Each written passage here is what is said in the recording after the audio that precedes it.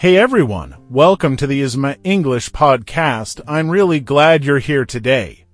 Whether you're walking, studying, or just relaxing with a cup of tea, I hope you're feeling energized because today we're diving into one of the most common IELTS speaking topics, accommodation.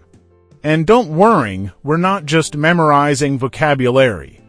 Today, we're going on a little journey together. You know, when I first started preparing for IELTS, the word accommodation felt so ordinary. Like, okay, I live somewhere. It's not a big deal, but the moment I sat across from an examiner, I realized something important. The place you live isn't just for walls.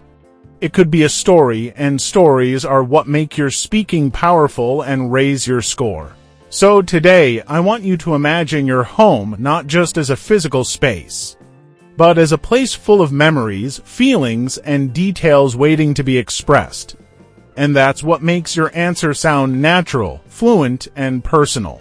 Here are some band-boosting words and expressions you can easily use in your IELTS speaking. Types of accommodation: apartment, flat, studio apartment.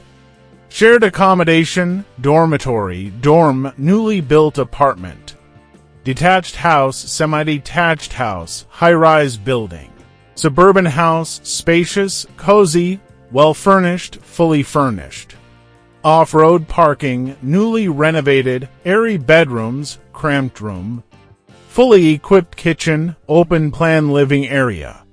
Located in a peaceful neighborhood. Conveniently located, close to public transportation. Overlooks the city, park, ocean. About feelings and personal touch, you can say, it feels like home. It is a warm atmosphere. It's the perfect place to unwind after a long day. These phrases help your answer sound more natural. Let me give you a quick example so you can see how these words come together naturally. I currently live in a cozy studio apartment located in a quiet neighborhood on the outskirts of the city.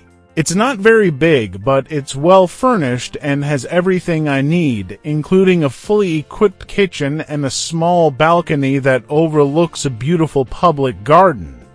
I really love the peaceful atmosphere there. Even though it's a small place, it truly feels like home to me. After a long day of studying, I enjoy sitting by the window, sipping tea, and watching people walk through the garden.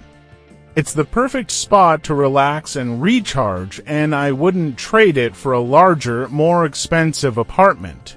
You know, one of the biggest challenges many IELTS candidates face is running out of ideas, and honestly, I get it. You're sitting in front of the examiner, they ask, describe the place where you live, and suddenly your mind goes blank. It happens to everyone. But here's a little trick I absolutely love. Create an imaginary home in your mind before the test. I mean, build it room by room, detail by detail. Imagine the color of the walls, the type of furniture, the view from the window, and even the little decorations that give the place personality. Picture a cozy bedroom with warm lighting, a modern kitchen with shiny countertops, or a balcony that overlooks a calm, quiet street. The more vivid your imagination is, the easier speaking becomes. Why does this help? When you invent a place yourself, you never run out of things to say. It's your world, you control every detail. And the examiner has absolutely no idea whether it's real or imaginary, as long as you describe it naturally. That's the beauty of IELTS speaking.